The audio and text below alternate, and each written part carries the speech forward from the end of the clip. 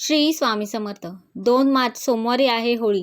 तर होळी का आणि कशी साजरी करायची आणि होळीच्या दिवशी मी होळीची जी कथा सांगणार आहे तर ती कथा ऐकण्याला खूप महत्त्व आहे. कारण त्या दिवशी जर आपण त्या कथा ऐकल्या तर आपल्याला त्या दिवसाचं पुण्यफळ मिळत असतं. तर बघा, सगळ्यात पहिले मी तुम्हाला होळीबद्दलची अगदी छोटीशी माहिती आहे की होळी आपण का साजरी करत असतो. तर त्यामागचं पहिलं मी जे वैज्ञानिकदृष्ट्या महत्त्वाचं आहे म्हणजे आपण सायंटिफिक रिझन म्हणतो ते सांगते. आता बघा, उन्हाळा सुरू होत असतो, जमीन भाजून निघते, त्याच्यातून उष्ण वाफा निघतात. घराभोवती पानांची कुजलेली घाण तशीच असेल तर ती आरोग्याला हानिकारक असते, म्हणून तिची होळी करणे आवश्यक असते. स्वच्छता ही एकदा करून पूर्णत्वास जात नाही, तर ती पुन्हा पुन्हा करावी लागते. त्याचीच आठवण करून देणारा सण म्हणजे होळी. उष्णता देणाऱ्या अग्नीला कृतज्ञतेने प्रणाम केले जाते म्हणजे होळी. वसंत ऋतुराजाचे आगमन म्हणजे होळी. तर हे झालं त्यामागचं सायंटिफिक रिझन. तर या उपायाविषयीची संपूर्ण माहिती जाणून घ्यायची असेल तर व्हिडिओ स्किप न करता संपूर्ण बघा. आणि चॅनलवर पहिल्यांदा आला असाल तर सबस्क्राईब करा आणि बेल आयकॉनला प्रेस करा, म्हणजे जेव्हाही मी नवीन व्हिडिओ अपलोड करेन त्याचं नोटिफिकेशन सगळ्यात आधी तुम्हाला मिळेल. आता होळी हा सण कसा साजरा करतात. या दिवशी अंगणातली थोडीशी जागा सारवून त्याभोवती रांगोळी काढून मधोमध शेणाच्या गौऱ्या, त्यात केळीचं झाड ठेवतात. आता या सगळ्या गोष्टी होळीच्या दिवशी आपल्या जवळपास बाजारामध्ये मिळतात आणि अगदी मोठी होळी पण करायची गरज नाही. तुमचं छोटंसं फ्लॅट सिस्टीम वगैरे असेल तिथे काही ठिकाणी अलाउड पण नसतं, पण अगदी तुमच्या घरात सुद्धा तुम्ही कढईमध्ये काही गोष्टी टाकून होळी करता. कारण आमच्या इथे असे बरेच जण करत असतात आणि प्रत्येक घरामध्ये जर तुम्ही होळी केली तर त्यामुळे जीवजंतू जे असतात ते मरतात. तर ते त्यामागचं कारण आहे. म्हणून तुम्ही ज्या प्रकारे सांगते तर तशी अगदी घरात पण करू शकता. तर बघा, शेणाच्या गौऱ्या, त्यात एक केळीचे झाड ठेवतात. केळीचं झाड उभं करा, त्याच्याभोवती लाकडे आणि गौऱ्या रचतात आणि त्याची पूजा करतात. आणि होळीला पुरणपोळीचा नैवेद्य या दिवशी जवळपास सगळ्यांच्याच घरी असतो. पुरणपोळीचा नैवेद्य दाखवतात आणि एकत्र येऊन सगळेजण मग अशी पूजा करून होळी जी आहे तर ती पेटवत असतात आणि नारळ त्यामध्ये टाकले जातात. होळीमध्ये नारळ टाकलेले नारळ फोडून त्याचा प्रसाद म्हणून खाल्ला जातो. तर अशा प्रकारे प्रत्येकाने आपल्या घरासमोर मोकळ्या जागेमध्ये छोटीशी का होईना आपल्याला होळी पेटवायची आहे. आणि नंतर हातामध्ये पाणी घेऊन मला आणि माझ्या कुटुंबियांना सुख शांती मिळावी यासाठी मी या होळीची पूजा करत आहे असा आपल्याला संकल्प करायचा आहे.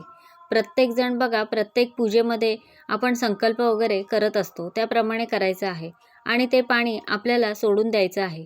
आणि त्यानंतर आपल्याला होळी पेटवून हळद कुंकू अक्षता अर्पण करून होळीची पूजा करायची आहे. होळीला नमस्कार करायचा आहे. होळीभोवती 3 प्रदक्षिणा मारायच्या आहेत. होळीला नैवेद्य दाखवायचा आहे. अशा अगदी सोप्या पद्धतीने होळी साजरी करतो. आणि नैवेद्य अर्पण करत असताना मी तुम्हाला सोबत मंत्र देते, तो सुद्धा आपल्याला म्हणायचा आहे. असा हा मंत्र म्हणून 3 प्रदक्षिणा घालायच्या आहेत.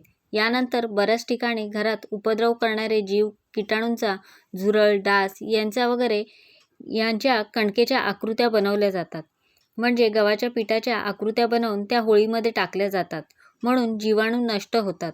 म्हणजे आपलं आरोग्य जे आहे ते उत्तम राहण्यासाठी या कणकेच्या आकृत्या बनवून त्या होळीमध्ये टाकल्या जातात. तर बऱ्याच ठिकाणी ही प्रथा आहे आणि गावाकडे तर केलंच जातं.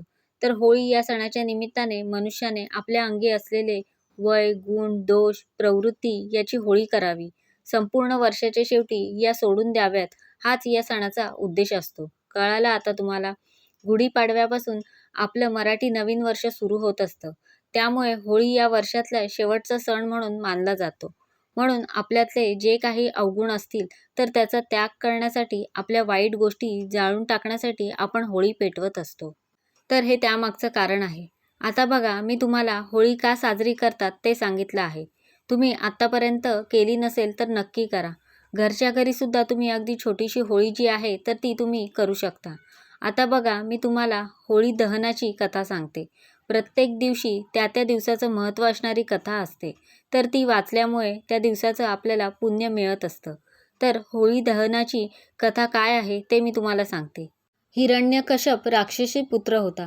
त्याने तपश्चर्या करून ब्रह्माकडून वरदान मिळवलं होतं. मग हिरण्यकश्यपूने जेव्हा पृथ्वीला पळवून नेण्याचा प्रयत्न केला तेव्हा विष्णूंनी वराह अवतार धारण करून त्याचा नाश केला होता. त्यामुळे भडकलेल्या हिरण्यकश्यपूने विष्णूचे आपल्या राज्यात कोणीही नाव घेऊ नये असं सगळ्यांना बजावलं होतं. हिरण्यकश्यप स्वतःला खूप श्रेष्ठ समजत होता आणि देवतांविषयी त्याला अतिशय तिरस्कार होता. पण त्याच्याच घराण्यात जन्माला आलेला त्याचा मुलगा प्रल्हाद हा मोठा विष्णूंचा भक्त निघाला. प्रल्हाद बालपणापासूनच विष्णूंचा म्हणजे नारायणाचा परमभक्त होता. प्रल्हाद दिवस-रात्र विष्णूंचं नामस्मरण करायचा.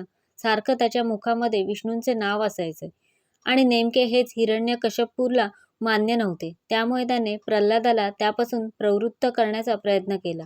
परंतु ते त्यामध्ये अयशस्वी ठरले. मग सगळे उपाय करून थकलेल्या हिरण्यकश्यपूला त्याची बहीण, तिचं नाव होतं होलिका, ती म्हणाली, "दादा, मला तुझा त्रास बघवत नाही. मला अग्निदेवाकडून असं वरदान आहे की मला आग जाळू शकत नाही. ती प्रल्हादाला अग्नीत घेऊन बसते. मला वरदान असल्यामुळे मी जळणार नाही, पण तो जळून खाक होईल." हे ऐकून हिरण्यकश्यपूने मोठी पिढी तयार केली. म्हणजे होळी जशी तयार करतो तसं त्यामध्ये होलिका माता जी आहे तर ती प्रल्हादांना घेऊन बसली. बाकीच्या इतर शिपायांनी त्या होळीला आग लावली. होलिका आपल्याच वरदानाच्या धुंदीत होती. परंतु प्रल्हादाच्या भक्तिसाधनेमुळे उलटं घडलं.